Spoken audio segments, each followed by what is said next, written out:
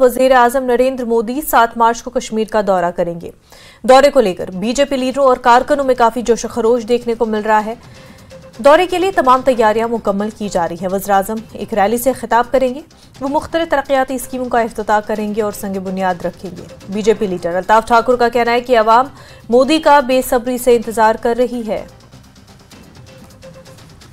जब सारा कश्मीर सैलाब में डूबा हुआ था, तब देश के प्रधानमंत्री ने अपनी जो दिवाली है वो कश्मीर में मनाई, और उनकी जो पॉपुलर मन की बात चलती रहती है, उस मन की बात में मुझे नहीं लगता है कोई ऐसा एपिसोड हो जहां उसने कश्मीरियों की बात की है।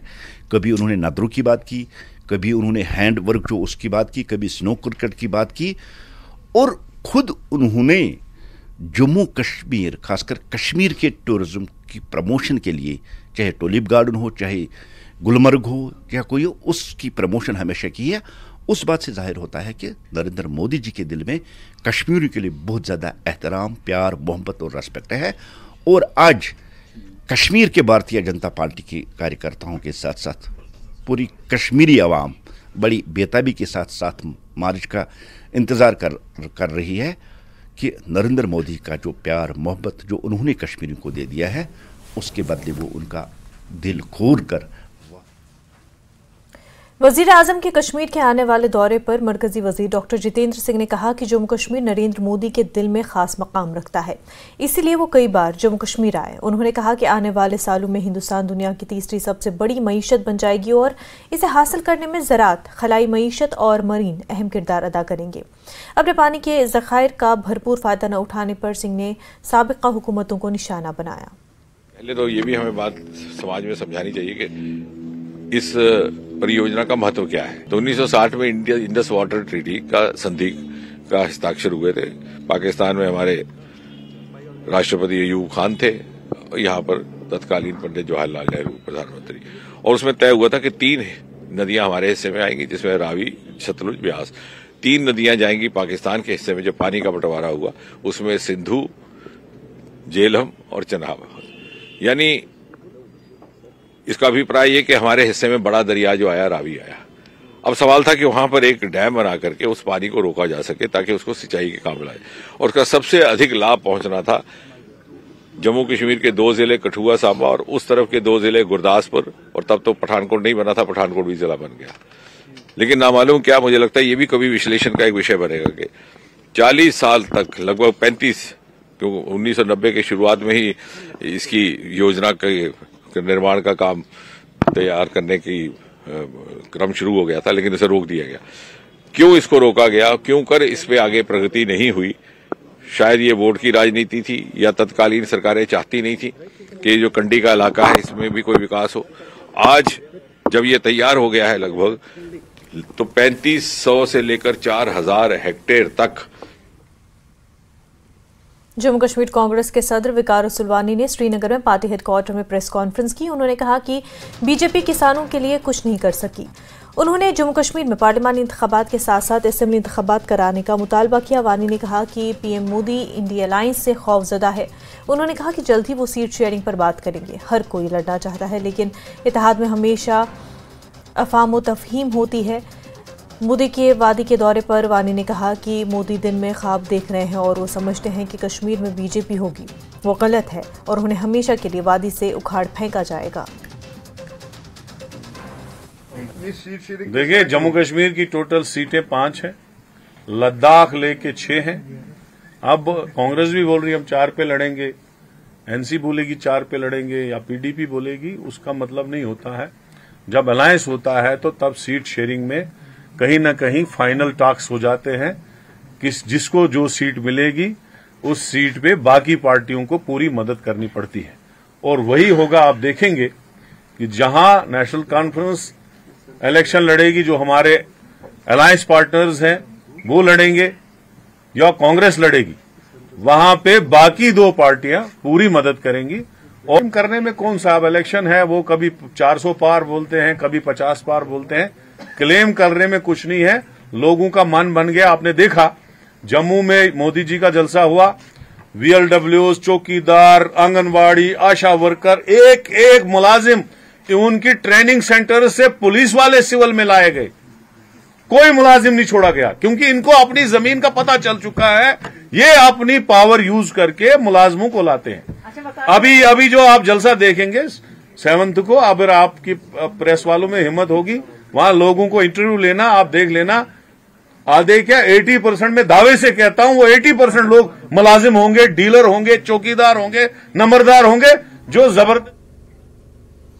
डेमोक्रेटिक प्रोग्रेसिव आज़ाद पार्टी के चेयरमैन गुलाम नबी आज़ाद ने जगती टाउनशिप में जलसे से खिताब किया।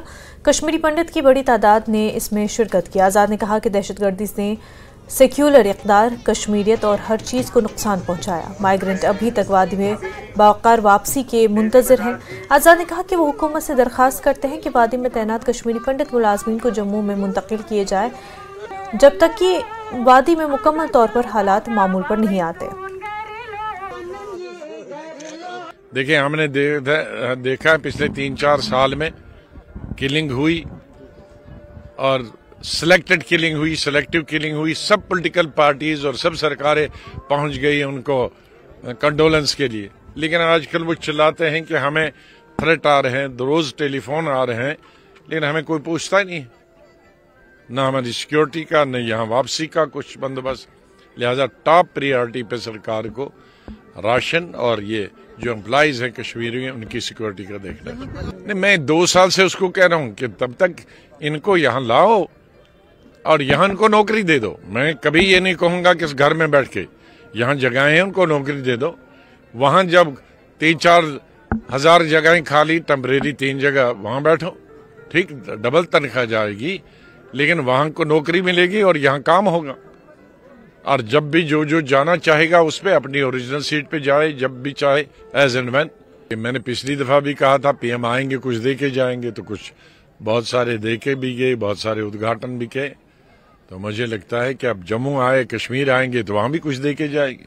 जो जम्मू कश्मीर के लोग, कश्मीरी खास तौर पे तो बिल्कुल, क्योंकि बॉर्डर के पास चाइना और पाकिस्तान बॉर्डर के पास है, पीओ के पास है, वो अपने आप को ज्यादा आइसोलेटेड समझते हैं। लेकिन बहुत सारी नॉर्थ ईस्ट के लोग, वो भी बॉर्डर्स पे है, इंटरनेशनल बॉर्डर पे है, वो भी अपने आप को आइसोलेटेड। तो वहां कुछ इकदाम किए हैं एक दूसरे के नजदीक जाने की, दूरियां दूर करने की, दिलों की दूरियां करने की कुछ स्टेप्स उठाए हैं, लेकिन बहुत ज्यादा स्टेप्स उठाने की जरूरत है।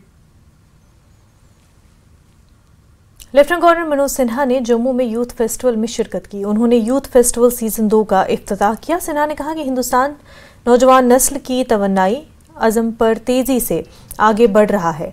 सिन्हा ने कहा कि उन्होंने नौजवानों के लिए एक नया डिपार्टमेंट मिशन यूथ शुरू किया है। मुख्तलिफ मकामात पर यूथ क्लब कायम किए गए हैं। इंतजामिया की जानिब से 8,34,000 नौजवानों की माली मदद की गई और मिशन यूथ समाजी तब्दीली ला रहा है। नौजवान स्टार्टअप कायम कर रहे हैं। हर दूसरे दिन एक स्टार्टअप कायम होता है। तकरीबन 8 लाख खवातीन सेल्फ हेल्प ग्रुप से वाबस्ता है। नौजवान लीडरों की शिनाख्त करने की जरूरत है ताकि उनकी सलाहियतों को बढ़ाया जा सके। Then we have Mr. Rishik Kumar Sharma, the young cyber expert. Youth conclave की ढेर सारी बधाई और शुभकामनाएं देता हूं। आज इंस्पायर जेन जी सीजन 2 तथा beats of Jammu Kashmir season 2 भी आपके बीच प्रारंभ हुआ है। इंफॉर्मेशन डिपार्टमेंट की सराहनीय पहल के लिए इंफॉर्मेशन डिपार्टमेंट की सेक्रेटरी तथा डायरेक्टर इंफॉर्मेशन को भी मैं बधाई देता हूं और मुझे उम्मीद है कि पहले सीजन की तरह दूसरा सीजन भी सफल होगा। ढेर सारे यंग क्रिएटिव लीडर्स के लिए ये प्रेरणा स्रोत बनेगा। सामान्य तौर पर इंफॉर्मेशन डिपार्टमेंट से विज्ञापन मिल जाए, एडवर्टीजमेंट मिल जाए, इतना ही वास्ता इंफॉर्मेशन डिपार्टमेंट का जम्मू कश्मीर में रहा है। लेकिन पिछले कुछ वर्षों में जैसा आपने सुना कि ये सेकेंड एडिशन है, इंफॉर्मेशन डिपार्टमेंट ने नई पहल करके जम्मू कश्मीर के युवाओं का एक उभरता हुआ प्लेटफॉर्म इंफॉर्मेशन डिपार्टमेंट बन रहा है। मरकजी वजीर ममलिकत डॉक्टर जितेंद्र सिंह ने जम्मू में मुद्रा योजना स्कीम के सिलसिले में एक तकरीब में शिरकत की। सिंह ने कहा कि वज़ीर-ए-आज़म नरेंद्र मोदी ने मुख्तलिफ फलाही स्कीमों के साथ समाज के मुख्तलिफ तबकात के लिए मसावी फ़वाइद को यकीनी बनाया। उन्होंने कहा कि वो नौजवानों को जो अपना रिवायती काम छोड़ रहे थे अब इस तरह की स्कीमों से अपने कामों की तरफ वापस लौट रहे हैं।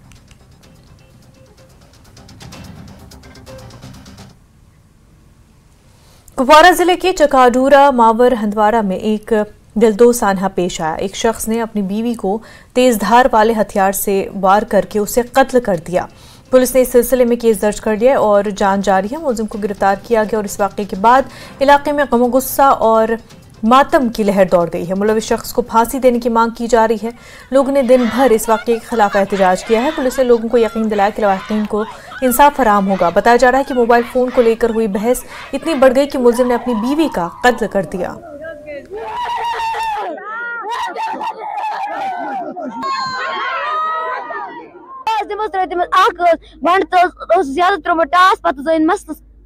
खखवट सैनिस कुछस मज पत लैनस चपात पत नी पन्निस कुछस में बे त्रोन पत्थर दितनस टास बे दितनस टास पत लाये में पन्न पेदर भाई ने मोन हनवोर इमस कर तीस काल जिंदे पत वन इस मोन हनवोर पत तम वन किश ममस पत दित तम पत 3 शाह पत मोय बिनिस असन पाई वाई कहेनस यूता ना वनस पुलिस कर अपील इंसाफ कत दबान क्या अगर कत दबान पे ब्या तुला गलत फायदे माज बेमिर यूता ना पुलिस रिक्वेस्ट कर या दिन कतिल करो पान इंसाफ या करो तुम इंसाफ फस सोद फस सोद इंसाफ कतलस कतल दिन कतलस कतल यह क्या मारन बेगुना बे तकसीर क्या मारन घर तुमस बन लफांग बे क्या कूद घर बनान कूद यह क्या सही बेगुना कतलस कतल न दियो इंसाफ।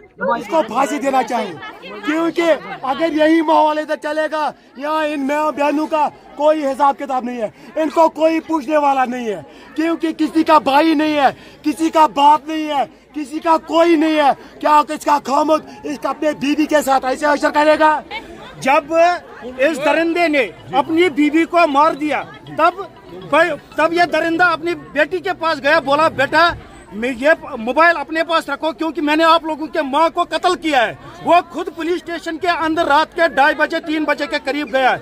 अभी हम इस मीडिया के वसादत से, आप लोगों के वसादत से, आप भी हमारे भाई है, आप भी इस बेटी का भाई है, तो अभी हम आपके वसादत से, इस मीडिया के वसादत से एडमिनिस्ट्रेशन को गुजारिश करते हैं कि उस दरिंदे को ऐसा सबक दिखाना चाहिए, ऐसा सजा लगना चाहिए ताकि मैं भी एक लड़का हूँ, मैं भी कल ऐसा गुनाह न कर। हमारे थाने PS कलामाबाद में एक रिपोर्ट आई थी कि एक महिला जो है जिसका नाम रफीका बानो है, जो वाइफ है मोहम्मद मकबूल मीर की, चक आडूरा में रहने वाली, उसका अपने ही खामद ने कत्ल कर दिया है। तो मौके पे जब पुलिस पहुंची तो पुलिस ने जब इन्वेस्टिगेशन की तो वाकई में ये पाया गया है कि उसका जो कत्ल है उसके खामद मकबूल ने ही किया था। हमें उस मकबूल ने अपना जो ये क्राइम है वो कन्फेस भी किया और उसकी ही कहने पे जो वेपन ऑफ ऑफेंस है वो भी हमने। श्रीनगर के सफा कदल में एक शख्स ने ब्रिज से दरियाई जहलम में छलांग लगा दी और इस शख्स की उम्र 55 साल बताई जा रही है, जो ईदगाह का रहने वाला है। NDRF की टीम सर्च ऑपरेशन में मसरूफ है। मतलब कोई भी ऐसा इशू नहीं था जिस वजह से हम बोल सके कि ये सुसाइड करने पे मजबूर हो। तो हमें यहाँ पे भी पता चला कि एक फ्रेंड से इन्होंने कांटेक्ट करा था रास्ते में, तो उन्होंने बोला था कि मैं बहुत तंग आ गया हूँ ज़िंदगी से, मैं ऐसे छलांग लगाऊंगा। उन्होंने कोशिश की थी इनको थोड़ा सा रोकने की, लेकिन अनफॉर्चुनेटली जब तक वो यहाँ पे पहुँचे तो उन्होंने स्विच ऑफ करके इन्होंने छलांग लगाई थी। यहाँ पे कुछ लोगों ने इनको देखा था यहाँ पे ना छलांग लगाते हुए, तो इस पॉइंट की तरफ उनका सर दिख रहा था, उसके बाद मतलब वो गायब हो गया। दरियाई झिलम का ये वही ब्रिज है जहाँ से नज़ीर अहमद मत्तू नाम के शख्स ने सुबह 10 बजे छलांग लगा दी और तब से जो यहाँ पर जो सर्च ऑपरेशन है वो चलाया जा रहा है। लोगों की काफ़ी भीड़ यहाँ पर मौजूद है और जाहिर सी बात है किस तरह की जो वाक़यात हैं वो लगातार बढ़ते जा रहे हैं कश्मीर के अंदर, जिसकी वजह से इस तरह के वाक़यात जो है वो रोनमा हो रहे हैं। अब देखना यह है कि नज़ीर अहमद मत्तू को कब तक NDRF की टीम खोज पाती है। कैमरामैन फिरोज़ के साथ मैं काज़ी इरफान, न्यूज़ 18 के लिए। खबरों का सिलसिला आगे भी जारी रहेगा, लेकिन उससे पहले एक छोटा सा ब्रेक।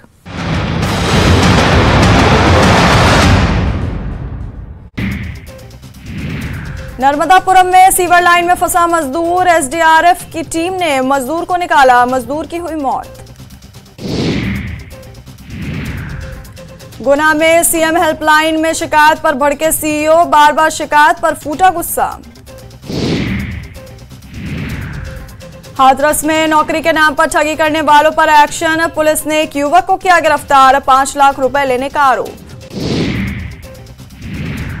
अंबेडकर नगर में पुलिस का एक्शन, सामान खरीद कर दुकानदारों के साथ डिजिटल पेमेंट के दौरान करते थे फ्रॉड, लड़का और लड़की गिरफ्तार। ग्रेटर नोएडा के बेनेट यूनिवर्सिटी में पढ़ने वाले छात्र यश मित्तल की हत्या, दोस्तों पर हत्या का आरोप, एक आरोपी गिरफ्तार, जंगल से छात्र का शव बरामद, दादरी थाना क्षेत्र का मामला। ग्रेटर नोएडा में गर्जा यमुना अथॉरिटी का बुलडोजर, कब्जा मुक्त कराई गई करीब 125 करोड़ की जमीन, जेवर एयरपोर्ट के पास दयानतपुर गांव में एक्शन। नोएडा में गैंगस्टर रवि काना के खिलाफ कार्रवाई जारी, रवि काना के गांव दादूपुर में हुई कुर्की की कार्रवाई। बाराबंकी में पोल्ट्री फार्मिंग में लगी आग, मसौली एग्रो मुर्गी फार्म की घटना, आग पर पाया गया काबू। आगरा में चंबल के बीहड़ में लगी भीषण आग, वन विभाग और फायर ब्रिगेड की टीम ने आग पर पाया काबू, पिनाहट क्षेत्र के देवगढ़ का मामला। लखनऊ में एक युवक को 2 युवकों ने मारी गोली, घायल युवक अस्पताल में भर्ती, आरोपियों की तलाश में जुटी पुलिस, बिकेटी के कोटवा गांव का मामला। सोनभद्र में 22 फरवरी को हुई लड़की की हत्या का पुलिस ने किया खुलासा, मामले में पुलिस ने लड़की के प्रेमी को किया गिरफ्तार।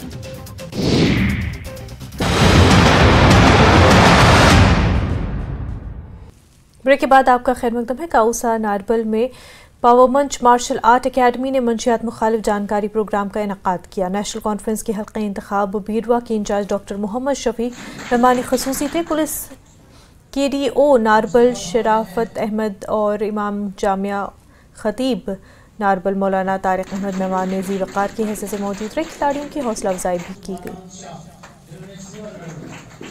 ज़्यादा से ज़्यादा सपोर्ट्स में इन टच में रहे ताकि वो इससे दूर रहे ड्रग्स से। Thank you. कि जितने भी यूथ, जितने भी युवा अभी ड्रग्स में मुलविस है, उनको चाहे कि वो सपोर्ट्स में आ जाए।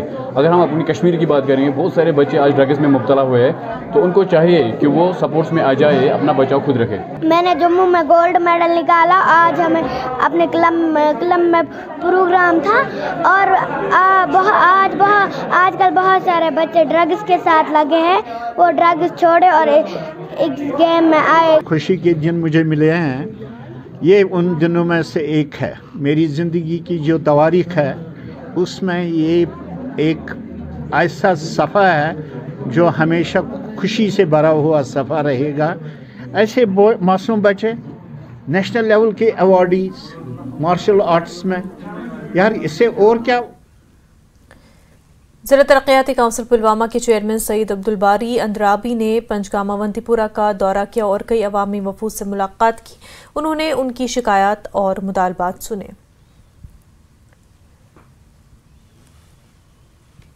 देखते हैं इनके क्या मसाइल है और कितने मसाइल हल कर सकते हैं, और इंशाल्लाह मैंने इनसे भी ये वादा किया। मैं तो ये नहीं कहूँगा कि जितने भी यहाँ मसाइल है सब के सब एक ही झटके में हल हो जाएंगे, लेकिन बतदरीज धीरे धीरे जो भी मामलात है इंशाल्लाह आने वाले दिनों में इनके जो जायज़ मुतालबात और मामलात है वो हल किए जाए। Government girls higher secondary school Tral में माजूर बच्चों के लिए प्रोग्राम मुनक़िद किया गया और chief education officer Pulwama Abdul Qayyum Nadvi बतौर मेहमान ख़ुसूसी शामिल रहे। ZEO Awantipora Azad Ahmad Wani, zonal education officer Tral Khursheed Ahmad और असातिज़ा की एक बड़ी तादाद ने शिरकत की। जिस्मानी तौर ख़ास बच्चों में स्कूल बैग भी तकसीम किए गए।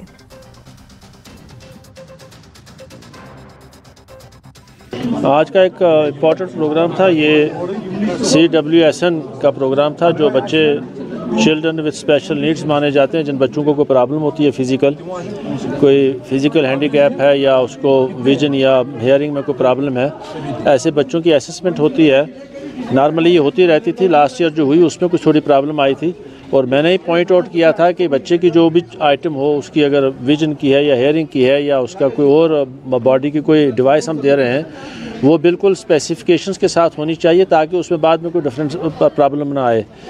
तो उसके लिए दोबारा ये असेसमेंट का यहाँ पर रखा गया प्रोग्राम और इसमें जो है असेसमेंट कल भी एक सेंटर में हुई है, वहाँ बल्कि आज भी हो रही है और ये 4 सेंटरों में 4 जगहों पर असेसमेंट होती है और इसी तरीके से डिस्ट्रिक्ट के 4 जगहों पर डिस्ट्रीब्यूशन होती है उन डिवाइसेस की। लास्ट ईयर भी हमने कुछ 629 आइटम्स जो हैं वो बांटी हैं बच्चों में, ऐसे बच्चों में, और इस बार 200 बच्चे हैं जिनको हम महकमे सेहत के इश्तराक से वॉलंटरी मेडिको सर्विसेज की जानिब से क़ुव्वत समाज से महरूम अफराद के लिए एक मेगा कैंप का एहतमाम हुआ। अनंतनाग में मुनक़िदा कैंप में माहिर डॉक्टरों और अमले ने मरीजों की तिब्बी जांच की। सैकड़ों अफराद को मुफ्त हियरिंग एड्स भी फराहम किए गए। लगती तो दूर से बहुत छोटी डिसेबिलिटी है, लेकिन जब कोई सुनता नहीं है बहुत सारी दिक्कत होते हैं उस चीज़ को, चाहे उसके काम में, खासकर बच्चों को। अगर बच्चे स्कूल जाते हैं, हेयरिंग एड उनके पास नहीं है, जो ये गरीब तबके के बच्चे हैं नहीं अफोर्ड कर पाते हैं, तो फिर उन्होंने अपलोड किया। तो हमने एक प्रोजेक्ट बनाया। उसके बाद जब हम कैंप्स कर रहे हैं, हमें पूरी डिफरेंस लग रही है कि इससे कितना फ़र्क पड़ता है कि जब वो बच्चे को जब वो सुनता है वो कितना खुश होता है। मैं जब उनसे पूछता हूँ हाँ आप हेयरिंग एड लाओ, मशीन लगाओ, फिर बहुत सारे बोलते हैं हम एफर्ट नहीं कर सकते, लेकिन वो बेचारे खुद कहते हैं घर में हम हमारे बच्चे जब हमें पुकारते हैं, हमें लगता है उस टाइम हम नहीं सुन पाते हैं, हमें अपने अंदर एक एहसास, एक डिप्रेशन सा फील होता है। तो ये बहुत एक इम्पॉर्टेंट चीज़ है जो हमें नोटिस करनी है कि अगर मैं सुन पा रहा हूँ तो दूसरा क्यों नहीं सुन पाए। फीस में इजाफे के बावजूद त्राल सब जिले में गुज़िश्ता 2 हफ्तों से बिजली की आंख मिचौली ने सार्फिन को मुश्किलात में धकेल दिया है। लोगों के मुताबिक इलाके में बिजली महकमे अपने ही मुश्तहर शुदा शेड्यूल पर अमल दरामद करने में नाकाम नजर आ रहे हैं। सार्फिन का कहना है कि त्राल इलाके में बिजली की अबतर सूरत हाल अवाम के लिए परेशान कुन बन चुका है। मसल पावर ना कहें, टोटली नहीं कहें। अगर शेड्यूल सुबह 8 बजे पावर त्रावन, अम पे 10 बजे नुन, त्रावन 10 मिनट पे 8, पता 10 मिनट कम 9 निवान, पे त्रावन 10 मिनट कम 10। यह बटन ठीक नुनुक बटन असल, वह त्रावनुक खराब। इसलिए कर गुजारिश यस हुकूमतस, DC पुलवामिस, PDD किस एग्जीक्यूटिव इंजीनियरस, ADC त्रालस बह गुजारिश थन पावर पे शेड्यूल मुताबिक। बिल बकाया क्या गरीब